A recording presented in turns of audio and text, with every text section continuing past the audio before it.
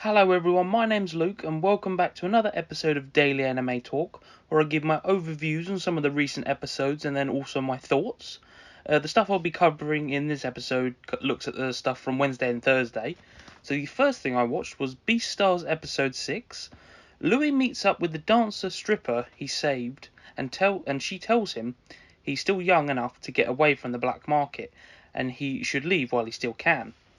Louis didn't end up shooting his father, but he still signed off on his school leaving form.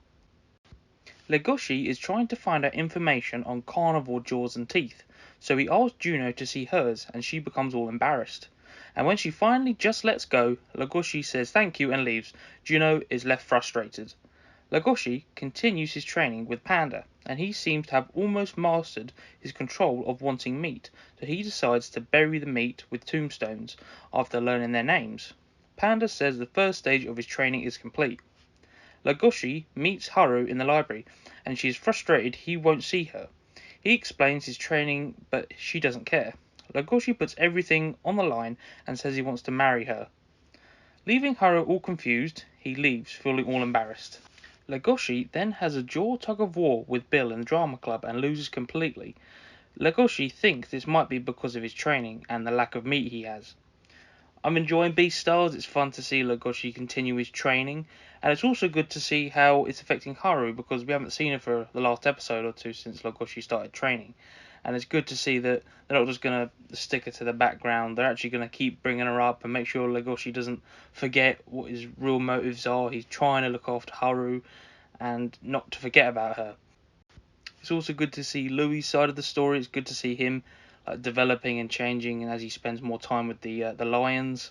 And it's good to see Juno and Bill and all the other characters. But the main shtick of this season is Legoshi and his training and trying to find the culprit behind the events of the first season.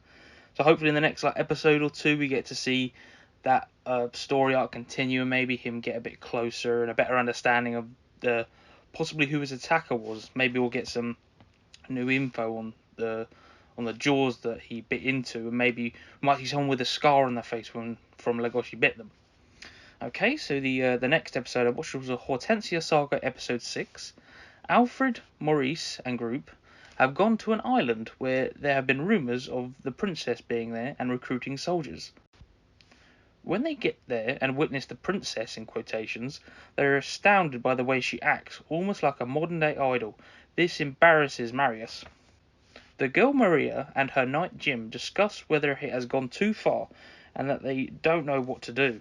They are then confronted by Alfred, Marius, and everyone, and want to know why she has been faking being the princess when she immediately apologizes and goes into the backstory of how it all happened.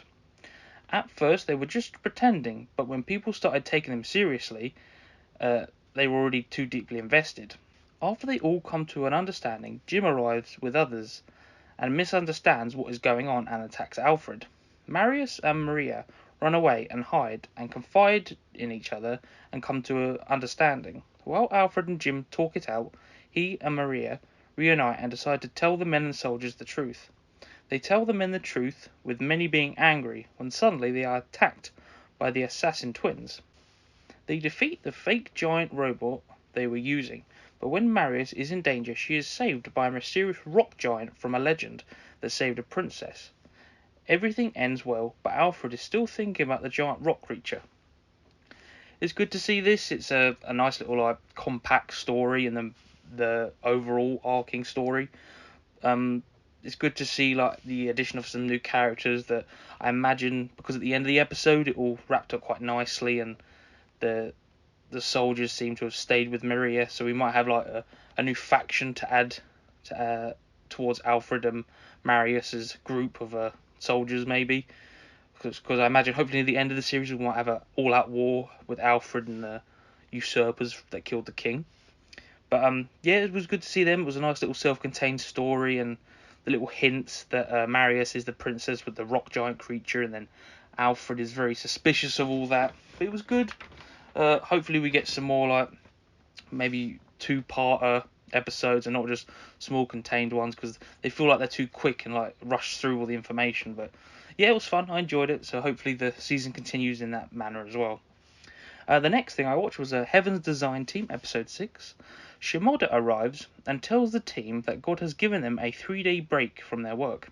Everyone is still in the middle of projects, so see this trip as just work away from the office. They arrive at the Galapagos Islands retreat, and since there are no buildings, Higuchi builds them a fully working hot spring. Everyone is relaxing in the hot spring baths. Even with the alien-like creature that Kimura brought along, they still make the most of it. As everyone is relaxing, Shimoda arrives with beer, but he also finds a threatening note left by the door. They pay no attention to it and start drinking. Earlier, Miedo came up with the idea of different types of sharks, namely the saw shark. Sometime later, they realize Kimura has gone missing, and end up looking for him at the beach. With the use of Miedo's saw shark and the new hammerhead shark, they find Kimura is in the ocean, and Higuchi uses weather manipulation to create a sort of sharknado to bring Kimura back on land. God accepts both new sharks. The next morning, a murder mystery involving a very hungover Mizushima begins. The mystery involves Kanamori's flamingos, a snake, and a squirrel, which are all accepted by God after some adjustments to make a rattlesnake. In the end, it was all a misdirection and misunderstanding by Shimoda and Kimura, so that Tsuchiya and Uedo could finish and unveil the new dragon retreat, which rises from the ocean, and they all go to enjoy. Like I said the previous week, Heaven's Design Team's just a fun, like week to week show that they come up with new animals, and it's just fun. It's relaxing just to see them coming up with new animals, and like for this episode they had the murder mystery. It's like short little entertaining spots, and then in the next half of the episode there's another like little story that takes the place until they've come up with new animals. Overall, I'm enjoying it. I like seeing the new animals they come up with, like the new sharks and all the new like rattlesnakes and the squirrels. It's good to see real life animals, how they've come up with them, and the weird crazy ideas they originally were, and how they develop into the new real animals. But it's fun. It's not really much to it plot wise. It's just them coming up with new designs. But I look forward to it every week, so I cannot imagine it getting any worse. I can imagine it getting a lot better, actually, coming up with some more crazy ideas. We might actually see some dinosaurs, who knows. But the next thing I watched was Cells at Work Code Black episode 8. While out on their daily route, our two main red blood cells just escape carbon monoxide and then get showered with alcohol. They decide to go to the liver to detoxify. But when they get there, the vast majority is shut down, and what is open is hardly functioning. While our two main red blood cells are digitally working, the two lax ones invite the blonde red blood cell again to enjoy some caffeine with them, but he declines since the adverse effects from last time. As they reach the legs after their short rest in the liver, they notice that the calf muscles are hardly working, making it more difficult to move about with the low blood pressure. On their way back from the leg, they witness the blood vessel wall completely break and see what is underneath, a blood clot. The two not so savoury red blood cells push them both in, but white blood cells saves them and pulls them out. Suddenly, the calf muscles start moving again, increasing the blood pressure and flow, but this also causes the blood clot to form in the deep vein and become dislodged and start moving towards the main organs. The blood clot makes its way up, taking anything in its way with it. Both red blood cells and white blood cell follow it and try to stop it from causing any damage, but are too late. The clot blocks the pulmonary artery, which leads to the lungs. The lungs begin to shut down, so red blood cell starts on a different route to the lungs through the bronchial artery. By the time the blood clot dissolves and white blood cell gets to the lungs, all looks lost, but red blood cell and the others made it in time and saved the lungs. After all this, white blood cell notices that all over the body she cannot find any other white blood cells and is worried as to why. Cells at Work Code Black, it just keeps, like, in terms of the overall story and how this body is surviving, is becoming less likely, because the amount of bad stuff that keeps happening is just piling on and on. It just keeps getting worse, and I feel sorry for these white blood cells and red blood cells. They've got not an easy job, because every week something bad happens. Like there's caffeine, there's alcohol, there's smoking, by the way they describe it, it seems like this person is overworking and they've been at work for like 2 days straight and they haven't moved from their desk and stuff, and it just seems rough. But the actual story I'm loving. It's good to see the red blood cell develop. He's taking a much more like upfront approach. He's getting work done. He's not sitting back and letting other characters like white blood cell do all the work for him, or the more experienced white blood cells, red blood cells, my bad. He's being more brave, which is good to see, and it's nice to see his character arc improve as it's been over this season. But hopefully it improves for him a bit. He's had it a rough time like all the other cells, so hopefully we see some improvement in this body because it's been a bit rough. But yeah, we'll have to wait till next episode. Hopefully we get some fun more storylines. I can imagine it will be pretty rough, but hopefully it improves. The next thing I watched was a Laid Back Camp episode 6. Chiaki, Enna and Aoi have all arrived at the campsite and set up their tents and the new massive tent that goes over both. They also show off the new chairs that they bought. Aoi bought a high chair that sits off the ground, and instead of a hammock, Chiaki bought 2 chairs, a high one to sit in and a low one to rest her feet in. Perfect alternate hammock. While they set up everything, a corgi appears in one of their chairs, and the owner comes over and apologises, but they're all happy to meet another camper and their dog. Later on, they set up their chairs at the lakeside and enjoy the fresh mountain air. They also send Rin a picture. When Rin sees where they are camping, she double checks the weather. Not long after, they notice the temperature has dropped drastically to -2 degrees at only 4:30, and also their phones are dying. They realise they are not ready for if it gets any colder at night, so Chiaki goes to the nearest convenience store, which isn't close, and Enna and Aoi get firewood. After no luck with firewood, the dog lady from earlier invites them to a tent for warmth where they meet her dad and dog. They decide to share a hot pot party together. Chiaki returns and they all settle down to eat when they hear a voice.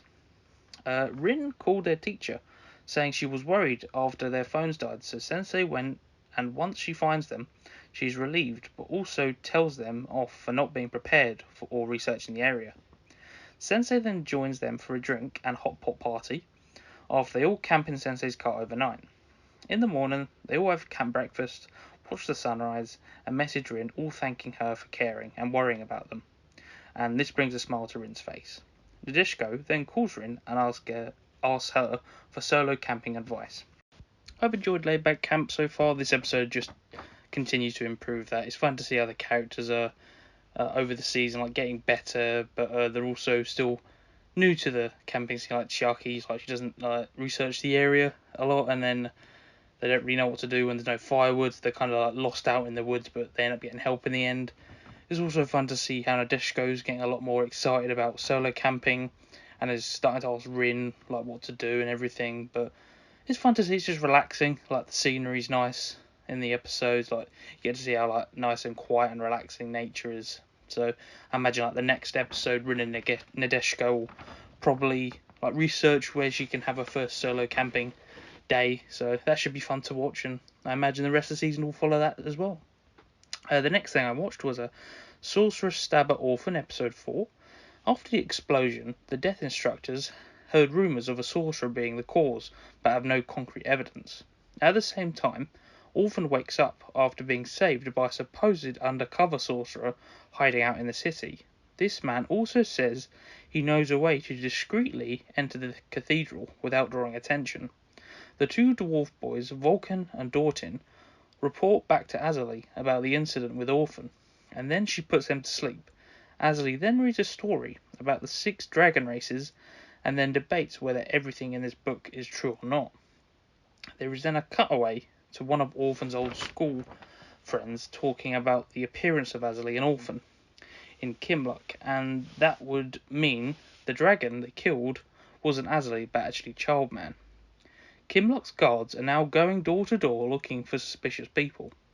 The undercover sorcerer takes Orphen, Magic and Cleo to an unimpressive bar with many shifty people inside. But in the back is what he wanted to show Orphen. A group confront the man about Orphen, and to show that he isn't the sorcerer, he uses his hand-to-hand combat to take them down. The man that was sitting in the back room shows them a well that leads to a tunnel connected to the cathedral. Guards come knocking, so move quickly. The barman hands Orphen a piece of paper and tells him to be wary of his guide, and then he joins the others. They then make their way to the cathedral. This is one of those episodes where it's kind of like connecting the main story plots. Not much happens. They're kind of just talking and waiting around for stuff to happen. Azalea doesn't really do much. She's kind of just waiting for events to occur. And, like, Orphen is kind of like in between main events. Like the last episode, it was like the arriving at Kimluck, and this episode is kind of just waiting around, and they met the undercover sorcerer. So not much happened, but hopefully in the next episode we get to see them get to the cathedral and come face to face with some of these other death instructors, and hopefully we get a big old battle, which is always good because the magic in the show is very fun to watch. So then the last show I watched was Cells at Work Season 2 Episode 6. The Ordinary Cell, White Blood Cell, and NK Cell are on their way to return a lactic acid bacterium, so they have arrived at the large intestine. NK Cell and White Blood Cell are still thinking about when and where the cancer cell might appear, so are both on high alert.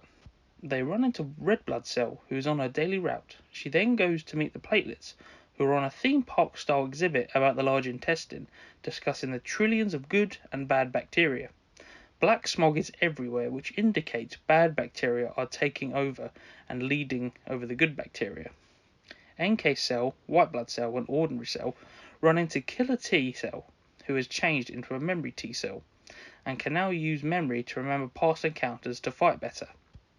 Ordinary Cell and White Blood Cell part ways, with Ordinary Cell going further into the large intestine, and White Blood Cell, NK Cell, and the Memory T Cell going to look for the cancer cell. On his trip further in, Ordinary Cell witnesses bad bacteria break through the intestinal wall, causing panic, and at the same time, Red Blood Cell and the Platelets are all engulfed with the black smog, and large quakes start, so they all evacuate. Soon as this happens, NK Cell, White Blood Cell, and Memory T are looking for the cancer cell, who surprise attacks them, leading them into an abyss, where the fighting will commence. Cells at Work is a good series. It's fun to continue meeting our characters, and it's continuing with the returning of the lactic acid bacterium. It's also good to see them coming back to that cancer cell and how wary they are, because that fight in the first season was really difficult for them because he was outclassing them a lot of the time because he kept repairing and regenerating. So it's good to see he's back because he was an interesting character. It's good to see like the Platelets again. We get to see Red Blood Cell. We get to see the large intestine for the first time, I think. But yeah, this is more or less just set up for the last part of the season, where it's going to be, I imagine, just the cancer cell that they're going to be fighting. But overall, it's fun. I'm looking forward to the next episode, where it's probably going to kick off, and that's where it should get a lot more exciting. So yeah, that pretty much covers everything I watched on a Wednesday and Thursday. Hope you enjoyed. Leave a like if you did, and make sure to subscribe to keep up to date with all my episodes.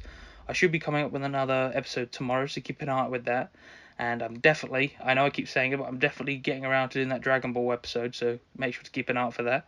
But until then, I hope you enjoyed, and I will see you next time.